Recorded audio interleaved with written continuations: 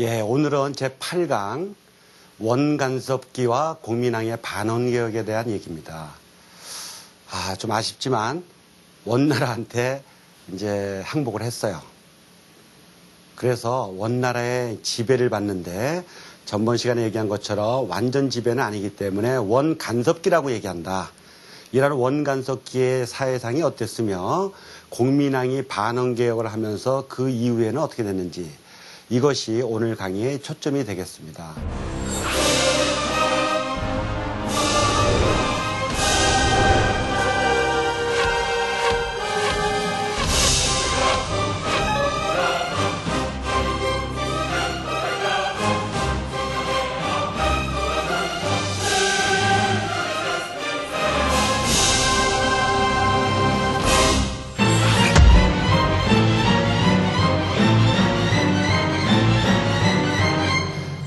원이 지배했던 고려의 실상, 그건 식민지 개념은 아니다.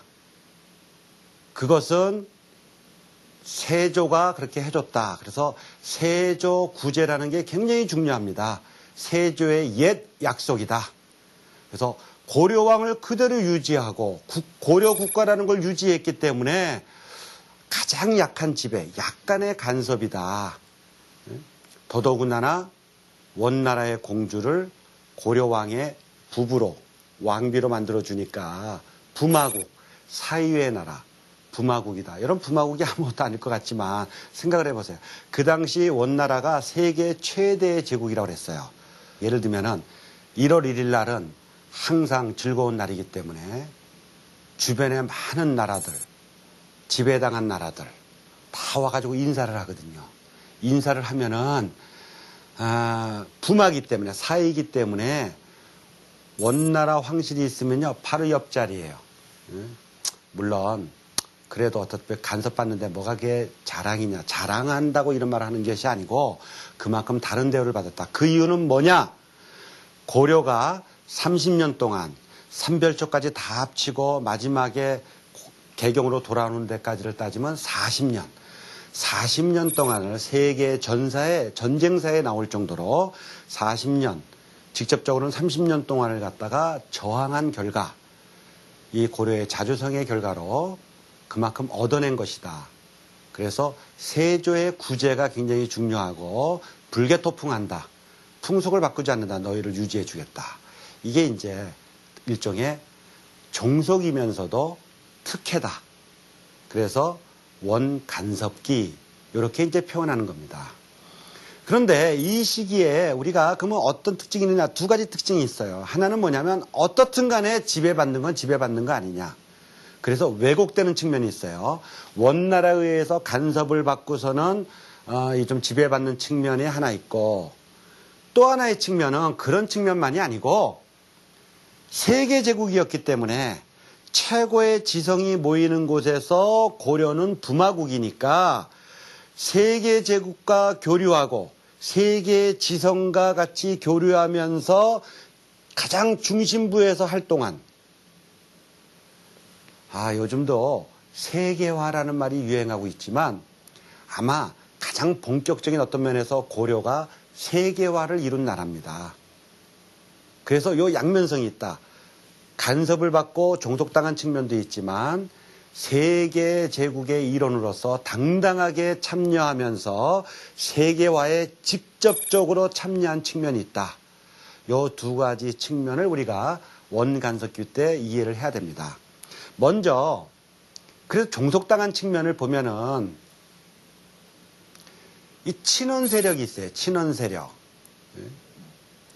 아무래도 원나라의 간섭을 받다 보니까 원나라에 붙어가지고 원나라의 힘을 이용해가지고 권력을 피고자 하는, 권력만 잡으면 괜찮은데 원나라의 힘을 이용해가지고 고려를 좀 못살게 굴기도 하고, 그래서 가장 심한 경우는 고려 좀 직접 지배하세요. 직접 지배 차라리. 이렇게 이간질시키는 이런 사람도 나오는 거죠. 그래서 친원 세력이 있었기 때문에 아무래도 남의 지배를 받다 보니 친원 세력이 있겠죠. 원나라에 붙어가지고. 그래서 그걸 친원 세력 혹은 부원 세력 이렇게 얘기합니다. 그래서 친원 세력, 부원 세력의 존재가 고려 사회를 갖다가 복잡하게 만든다. 공주부터 그래요. 원나라의 공주가 왔다고 그랬는데, 예를 들면은 제일 첫 번째 케이스가 누구냐면 고려의 충렬왕입니다. 충렬왕. 여기에서 잠시 여러분 기억을 되살리기 위해서 전에 제가 제 3강에서 황제국을 지향한 고려국가 얘기했습니다. 고려는 대외적으로는 제후국이었지만 국내적으로는 황제국으로 운영됐다 그랬는데, 원나라의 간섭을 받으면서는 그 국내에서 했던 황제국의 이 제도도 사라지게 됩니다. 원나라의 간섭을 받기 때문에. 그래서 왕의 이름도 조나 종이 붙으면 황제국의 왕의 이름이라고 그랬는데, 이제 원나라 간섭기 때는 충렬왕, 충선왕, 충해왕 이러면서 왕자가 붙어서 제후의 왕으로 떨어지고, 그 이름에는 또 원나라에 충성한다는 의미에서 충자가 들어가는, 충성한다는 충자가 들어가는 그런 변화가 생기고,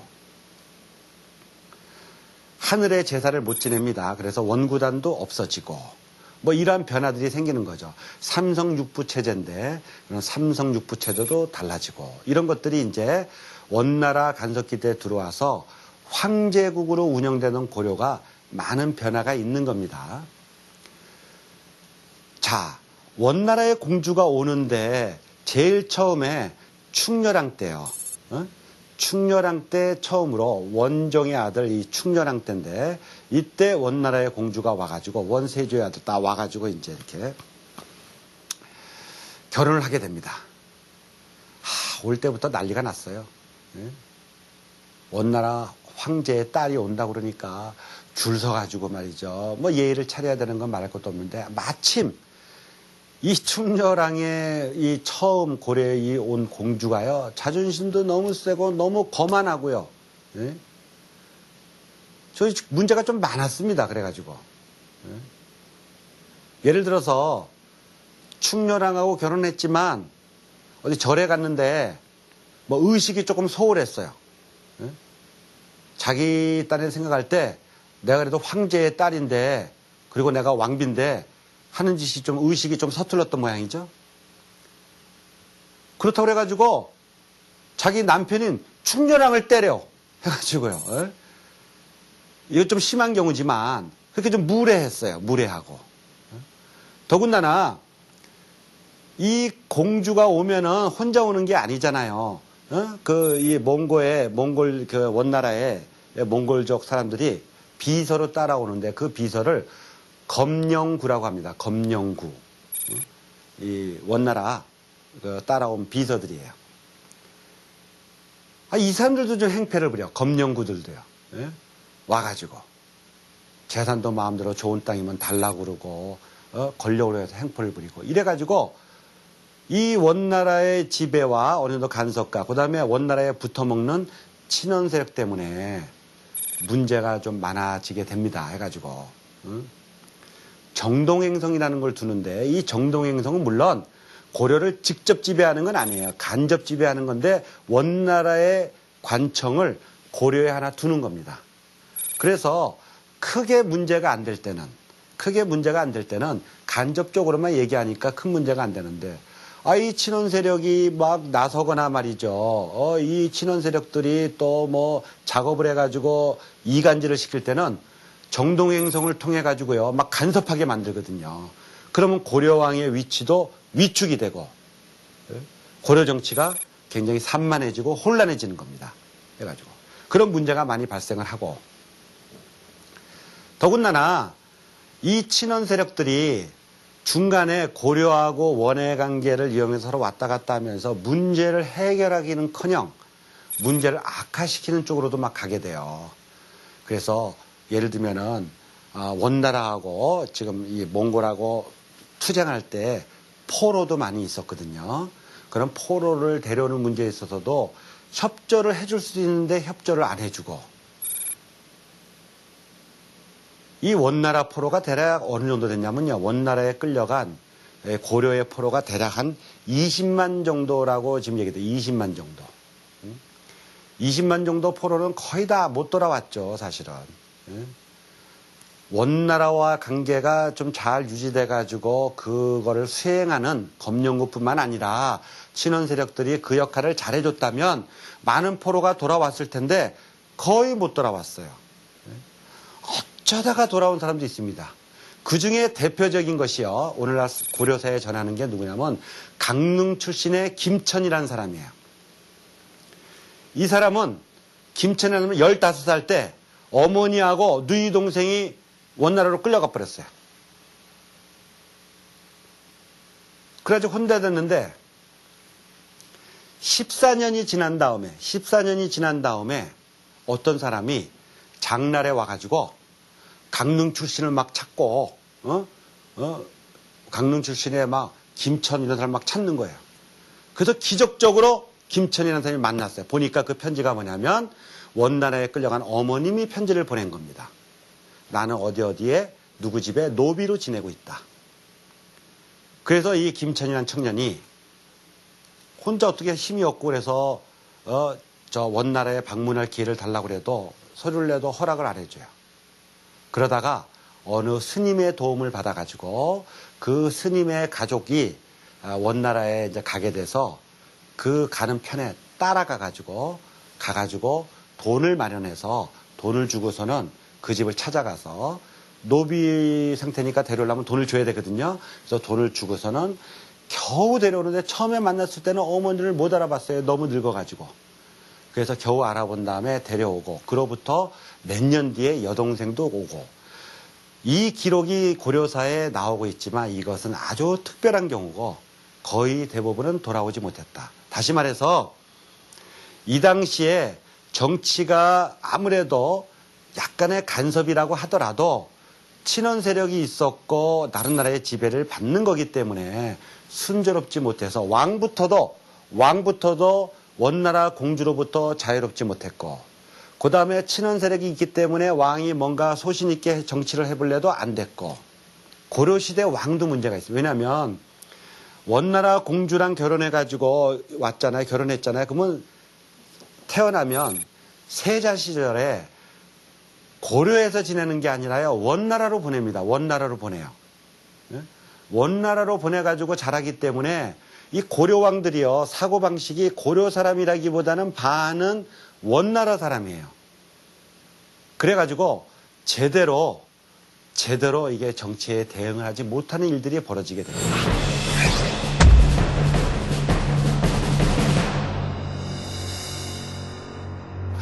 아무래도 원나라의 간섭을 받다 보니까 풍속도 원나라의 풍속이 많이 들어옵니다. 대표적인 원나라의 풍속이 변발이라는 거죠. 변발은요, 이 정수리서부터 앞에까지 이렇게. 여러분 TV 뭐 사극에서 봤나 모르겠어요. 여기만 머리를 이렇게 놔두고, 요 끝에서부터 여기까지 머리 딱 놔두고 나머지는 빡빡 밀어가지고, 머리 따기도 하고. 그 다음에 호복이라는 건 오랑캐 복장인데, 우리 보듯이 우리는 바지 저고리 이렇게 입지만 걔네들은 쭉 해가지고 이렇게 두루마리처럼 딱 해가지고 입는 오랑캐 복장, 호복이라는 거. 이런 게 이제 유행도 하고. 소주 있죠, 소주. 소주가 그때 들어온 겁니다. 네? 이 원나라의 술이었어요, 원래 소주가. 들어와가지고 이제 거의 지금은 우리께 됐습니다만은 원래 처음에 들어온 게 원나라 풍속이고. 만두도 그래, 만두. 우리가 만두 오늘날 좋아합니다만은 만두도 원래 이 원나라 음식이고. 다시 말해서 여러 가지 정치의 왜곡도 좀 있고 풍속도 원나라 풍이 들어오고 그다음에 무엇보다도 왕이 소신 있게 하기 어렵다. 너무 소신 있게 해도 원나라가 왕위를 바꿔치울 것이요. 그다음에 왕이 소신 있게 하기에는 원나라 공주가 간섭을 하고 참 이상하게요. 그거는 뭐라고 설명할 수는 없는데 원나라 간섭기 때 원나라 공주가 와서 부마국 사이의 나라가 되지만 원나라 공주하고 고려왕 중에 금술이 좋은 왕이 사이가 좋은 부부가 한 명도 한 쌍도 없어요. 뒤에 얘기할 공민왕만이 금술이 좋았고 고려사에 보면요 너무나 사이가 안 좋아요. 원래 중국이나 우리나라나 이 혹시 후계자 문제 때문에 왕비가 하나가 아닙니다. 정비는 한 명이지만 후궁을 둬요. 후궁을 이렇게 후궁을 두게 돼 있거든요. 여러 명을 왜냐면 뭐 정비소생에서 이게 왕자가 태어나지 않으면은 왕위가 문제가 되잖아요. 그래서 후궁도 둬가지고 여러 명에서 이제 이렇게 해서 자식을 두게 해서 왕만은 동양사에서는 일부 다처제였는데 원간석기 때는요, 이 고려왕이 후궁을 가까이 못해요. 이 원나라 공주들이 질투도 하고 못하게 하니까. 또 힘도 있고 원나라의 배경이기 때문에 함부로 못합니다. 그래서 가뜩이나 정치가 마음대로 못하는데 이 고려 왕들이 그 당시 그래서 웬만하면 막 수렵하러 나가요. 수레를 타고서는요, 수렵한다고 그래가지고 몇 달씩 그냥 수렵하고 옵니다. 이래서 금술이 좋은 왕이 없기 때문에 정치를 소신 있게 하지 못했고, 아까도 얘기했지만 또 세자 시절에는 원나라에서 지내기 때문에 기본적으로 반은 또 원나라 사고방식을 가졌기 때문에 더욱더 고려적으로만 하는 것도 아니고, 이러한 문제가 많이 발생하는 것이 바로 비록 약한 완전 종속은 아니지만 식민지는 아니었지만 간섭이라 하더라도 고려 정치사가 제대로 굴러가기는 힘든 원나라 간섭기의 고려 정치의 모습입니다. 이건 어쩔 수 없는 측면이고요. 또 다른 측면은 그런 부정적인 것만 있었던 것은 아니고 세계 제국하고 교류하기 때문에 최고의 중심부에 들어가서 교류했다. 대표적인 것이 이 충선왕 때에 이재현이라고 하는 학자가 있는데 원나라 수도에다가 만권당이라는 학술기관을 세워가지고 여기서는요 고려에 내노라는 학자만이 간 것이 아니라 원나라의 학자, 그 다음에 그 원나라에 와 있는 세계적인 학자하고 같이 학문도 토론하고 최고의 지성의 요람이 되는 겁니다. 바로 여기에서 성리학도 수입이 되는 거예요. 나중에 조선시대 국교가 되는 성리학이 송나라 때 나왔지만 원나라 때 와서는 이 성리학을 과거 과목으로 했거든요. 과거의 과목으로 했기 때문에 발전을 했어요. 바로 원나라에 발전한 성리학을 이 고려 사람들이 원나라 수도에 가서 세계 문화하고 교류하면서 이 성리학도 받아들여 가지고 고려 말에 들어와서 고려 말에 이제 성리학이 퍼지게 되는 이유가 되는 것도 바로 이 만권당 때문에 그렇게 되는 것이다. 다시 말해서 원간섭기는 좀 느슨한 고려의 지위가 유지되는 그러한 간섭의 시기였지만 그래도 남의 간섭을 받기 때문에 고려 정치가 제대로 흘러가지 못하는 그러한 시기였고, 그러면서도 세계 제국과 교류해서 세계화에 편입이 되는 또 중요한 업적이 있던 시기이기도 하다.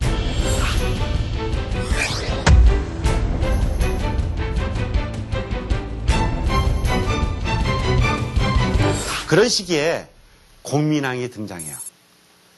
1351년에 공민왕이 즉위하게 되는데 이 공민왕이 아주 특이한 왕이에요. 공민왕은 즉위하면서부터 변발, 호복, 이 오랑캐 복장을 다 벗어 던지고 거부하는 거죠. 벌써 시작서부터 반원 정책의 요소가, 원나라에 반대하는 요소가 있었는데 공민왕이 그렇게 할 수 있었던 이유 중에 하나는 공민왕이 즉위할 때쯤이면 원나라가 마침 쇠퇴하는 때예요. 쇠퇴했어요. 힘이 약화되고 중국 대륙에서 새로이 명나라가 일어났던 시기였기 때문에 공민왕이 그렇게 할 수도 있었을 뿐더러 공민왕 의식이 또렷해가지고 반원 정책, 원나라를 몰아내고 고려를 개혁해야 되겠다는 생각이 딱 서 있던 왕입니다. 거기에다가 마침 원나라의 공주, 그 당시에 공민왕의 그 배우자는 노국공주인데,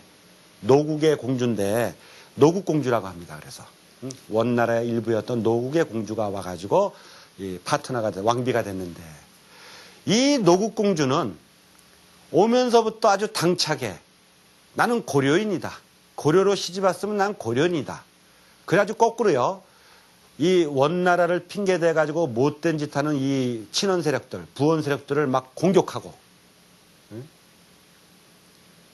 이 붙잡아다가 잘못을 묻고, 그러면서 나는 고려의 시집을 왔으면 나는 고려의 여자요 고려의 왕비다 이러면서 했을 뿐만 아니라 이 이후에 추진되는 공민왕의 반원 정책에 대해 가지고 노국공주는 한 번도 시비를 걸지 않습니다. 어떤 면에서는 더 나아가서 공민왕의 정치적 파트너이기까지도 해요. 그래서 유일하게 다른 왕은 희한하게도 원나라의 공주하고 사이가 다 나빴는데 이 공민왕과 노국공주만은 너무나 금슬도 좋고 정치적 파트너였고, 그래서 반원 정책을 추진하는데 바로 하진 않고요. 공민왕은 5년 동안의 준비 기간을 거쳐가지고 잘 나름대로 연구도 하고 사전 준비 작업도 거친 다음에 5년째 됐을 때, 공민왕 5년째 됐을 때, 이때는 이제 때가 됐다. 그래가지고 반원 정책을 추진합니다. 여러 가지 시책에서 원나라 때문에 못했던 시책들을 갖다가 다시 원상태로, 본래 고려의 상태로 다 돌려요. 해가지고. 원구단도 하늘에서 제사도 지내고, 물론 아까도 얘기했지만 그것은 원나라가 조금 쇠퇴했기 때문에도 가능하기도 했지만, 그런 의식과 노국공주의 도움을 받아가지고 1차 반원 개혁을 시도합니다. 근데 공민왕이 그렇게 해도 원래부터 있던 친원 세력, 기득권을 유지하고 있던 반원 세력들이 반대하는 바람에 완전한 성공은 거두지 못했어요. 완전한 성공은 거두지 못했지만 그래도 공민왕의 반원 정책은 굉장히 의미가 있었던 것이다. 그러다가 계속해서 개혁을 모색하면서 있는데 변수가 하나 생겼어요. 자기의 사랑하는 아내이자 파트너였던 노국공주가 그만 아이를 낳다가 죽어버렸습니다. 노국공주 너무 사랑하면서도 정치적 파트너였던 노국공주가 죽게 되니까 공민왕이 그때부터 조금 총기가 흐려졌어요. 지금 공민왕릉이 남아 있습니다. 공민왕하고 왕비릉이 이렇게 따로따로 쌍분으로 두 개의 묘가 이렇게 있습니다. 너무나 사랑하는 노국공주였기 때문에 공민왕이 능을 만들면서 자기 자리까지도 만들어 놨고 굉장히 아름답게 만들어 놨어요. 그리고 쌍분인데 그 사이에, 둘 사이에다가 구멍을 뚫어 가지고요, 큰 구멍을 뚫어 놨다고 하는 겁니다.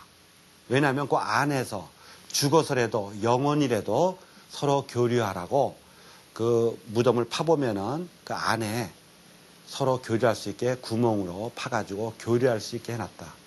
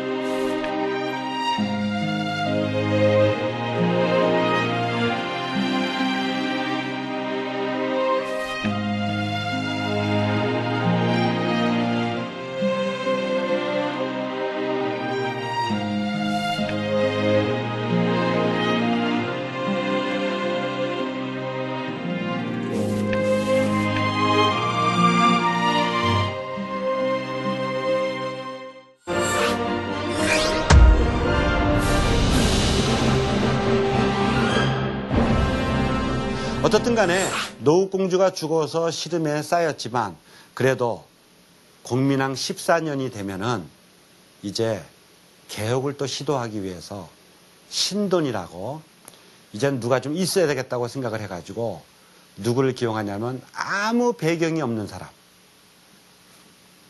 전혀 배경이 없어야 돼요. 왜냐하면 배경이 좀 있는 어떤 지위가 있는 유학자도 시켜보니까, 정치를 시켜보니까 확실하게 끝까지 개혁을 할 수가 없어요. 여러 가지 혼인으로 다른 지배층하고 혼인으로도 연결이 되고 같이 공부도 했고 뭐 이러다 보니까 제대로 개혁을 못해. 그래서 공민왕은 이 스님이니까 보통 사람하고는 관계가 없잖아요. 그래서 신돈을 갖다가 등용해가지고 전격적으로 이 개혁 정치를 다시 시도합니다. 그리고 신돈 혼자만은 안 되니까 신돈의 일을 도우라고 신진사대부들을 기용해요. 자, 여기에서 신진사대부라는 게 등장합니다. 신진사대부는 뭐냐면은 기존의 신원파라든가 기존의 기득권을 갖고 있던 사람들을 갖다가 뭐라고 그러냐면요. 권문세족이라고 그 당시 표현했어요. 권력입니다.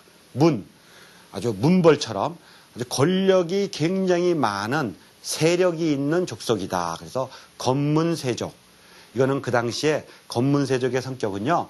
토지도 대토지야. 예? 권력이 많아가지고 토지도 많이 갖고 있고 노비도 많이 갖고 있고 그리고 성향이 친원 세력이에요. 친원적인 성향이 있어요. 종교는 주로 불교 계통이 많았습니다. 이러한 권문세족이 있었다면 기득권을 갖고 있었고요. 공민왕은 정치를 개혁하기 위해서 권문세족을 쳐야 됩니다. 공격해야 돼요. 1차 공민왕 5년에는 실패했지만 친원 세력, 이 권문세족의 그 반발로 실패했지만 공민왕 14년에 신돈을 기용한 다음에 신진사대부를 다시 기용해가지고 권문세족을 치는 겁니다. 신진사대부예요. 신진, 새롭게 등장했다. 새롭게 등장한 사대부다. 사대부는 뭐냐면은 성리학으로 무장한 겁니다. 원나라에 가서 망건당을 통해서 새로 들여온 이 성리학이라고 하는 것은 기존에 내려오던 유교를 재해석한 거예요. 유교를 조금 더 철학적으로 재해석한 건데 그 새로 들어온 성리학을 갖다가 받아들이고 그것을 따르는 사람들을 사대부라고 합니다. 그 당시에. 근데 아직은 이 직급도 낮고 벼슬도 좀 낮고 재산도 적어가지고 뭐 대지도 아니고 조그만 토지를 갖고 있고 아직은 새롭게 등장했기 때문에 그거를 신진사대부라고 얘기해요. 그래서 팔팔한 아주 젊은 청년들이죠. 성리학으로 무장해서 개혁을 해야 되겠다. 성리학에 입각해서 고려의 문제를 해결해야 되겠다. 이런 생각을 갖고 있던 신진사대부들을 기용해서 신돈하고 신진사대부가 짝을 이뤄가지고 권문세족을 공격하는 그런 개혁 정치를 펼치게 됩니다. 그 대표적인 개혁 정치의 내용을 뭐라고 그러냐면 전민변정도감을 설치했다. 이렇게 꼭 나와요. 그게 뭐냐면은 전민변정도감 그러면은 우리가 꼭 필요할 때는 한자를 조금 생각하면 쉽습니다. 그래서 제가 한자를 얘기하는 건데 밭전자예요. 밭전자. 토지입니다. 토지. 백성민자예요. 이건 백성이에요. 그러면 토지와 백성을 이 따져서 분별하는 거예요. 옳고 그름을 따져보는 거예요.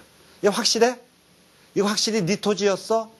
이거 확실하게 네 백성이야? 이때 백성이라는 백성은 노비를 얘기해요. 노비. 권문세족이 불법으로 대토지를 갖고 멀쩡한 백성을 노비라고 많이 가졌기 때문에 이걸 갖다가 가려는 거예요. 그래서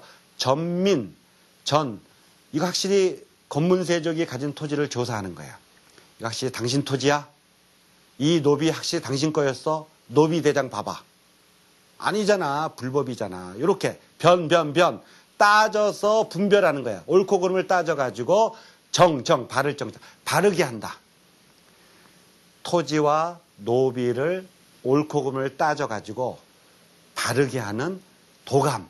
이건 관청이라는 뜻입니다. 임시관청을 도감이라고 그래요. 관청. 그래서 임시관청을 만들어가지고 권문세족이 가진 토지와 노비를 따져서 뺏는 거예요. 그래서 신돈을 전격적으로 기용해서 신진사대부를 통해가지고 전민변정도감을 통해서 개혁 정치를 하는 겁니다. 물론 강하게 나가가지고 일정한 성공을 거두었지만 역시 검문세족이나 친원파가 아직도 힘이 있어가지고 강력하게 반발도 하고 대항하는 바람에 사실은 실패로 끝났어요. 또 이 실패의 원인 중에 하나는 공민왕이 노국공주가 죽은 다음부터는 그렇게 매사에 적극적이지가 않아요. 옛날하고 좀 달라졌습니다. 그리고 좀 정신적으로도 조금 이상해졌어요. 의욕도 상실하고. 그러는 바람에 이 신돈을 기용하고 신진사대부를 기용한 전민변정도감의 활동이 일정한 성과는 가졌지만 결국 실패하고 말았습니다. 아쉽게도. 그래서 이 실패 이후에 비록 공민왕도 신돈을 죽이게 됐고요. 또 공민왕 자신도 밑에 사람들에 의해 가지고 이게 죽임을 당하는, 그래서 비국으로 끝나가지고 공민왕의 개혁 정치는 끝나고 말았다.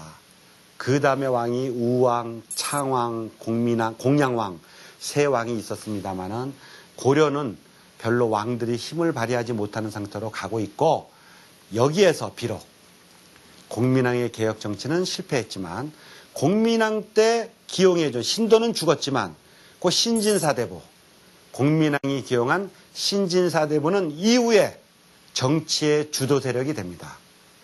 그것이 바로 공민왕의 위대한 역할이죠.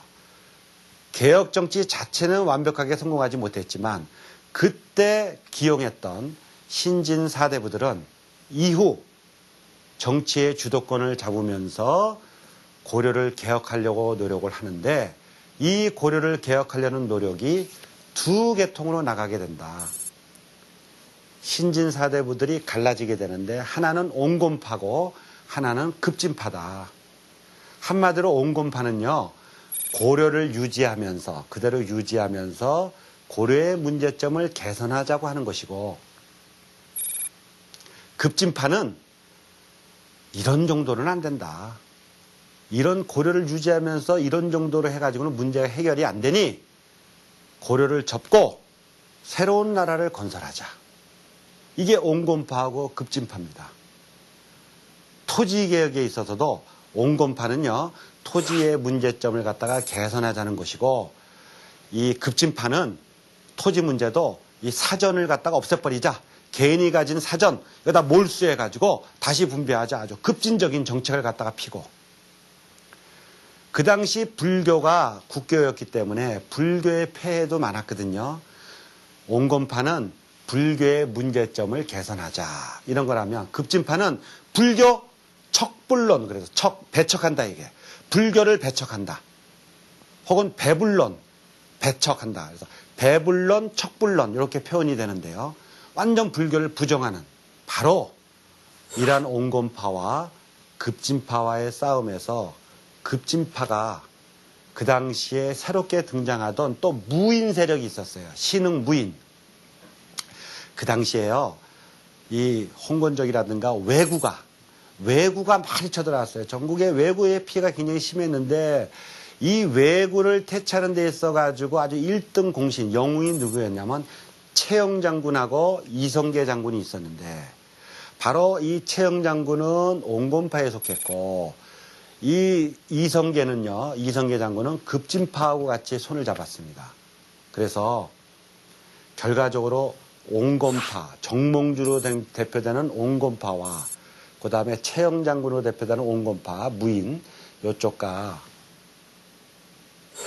이성계로 대표되는 이 무인하고 정도전으로 대표되는 남은 정도전으로 대표되는 이런 급진파와의 결합 속에서 온건파가 패배하고 급진파가 승리함으로써 고려는 막을 내리고 조선이 건국이 되는 것입니다. 여러분 그 정몽주, 마지막으로 얘기할 정몽주, 온건파의 정몽주하고 급진파에서 이성계의 아들 이방원 둘 사이에 있었던 시가 혹시 생각이 나나요? 어떻게 생각하면 온건파와 급진파, 그 긴박 같은 속에서도 참 옛날 사람은 그래도 멋이 있었던 것 같아요. 두 사람이 온건파와 급진파의 사이에서 마지막 협상을 하는 겁니다. 술을 한잔 마시면서. 이방원이가 먼저 시를 읊죠. 시조를 읊습니다. 이런들 어떠하리 저런들 어떠하리 만수산 뭐 드렁치기 얼거진들 어떠하리. 무슨 얘기예요? 고려문 어떻고 조선이면 어떠하리. 우리가 다 같이 힘을 합쳐가지고 새로운 나라를 건설하고 개혁을 하자. 정몽주는 답신을 하죠.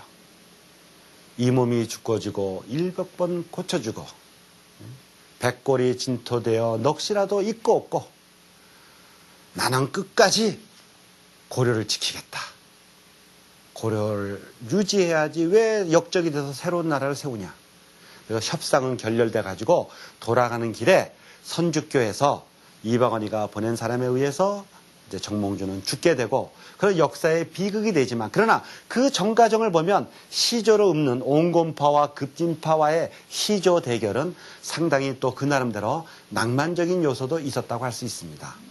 자, 그래서 오늘은 원간석기 원나라의 완전 종속은 아니지만 원나라의 간섭을 받으면서 일면 정치가 교란되고 잘못되는 측면과 그러면서도 세계화의 일면에서 세계화에 파고드는 그러한 측면 그리고 공민왕이 반원 정책을 하고 비록 공민왕의 반원 정책은 실패했지만 신진사대부들이 이후에 역사의 주인이 되면서 결국 조선 건국으로 이어진 것까지를 얘기했습니다.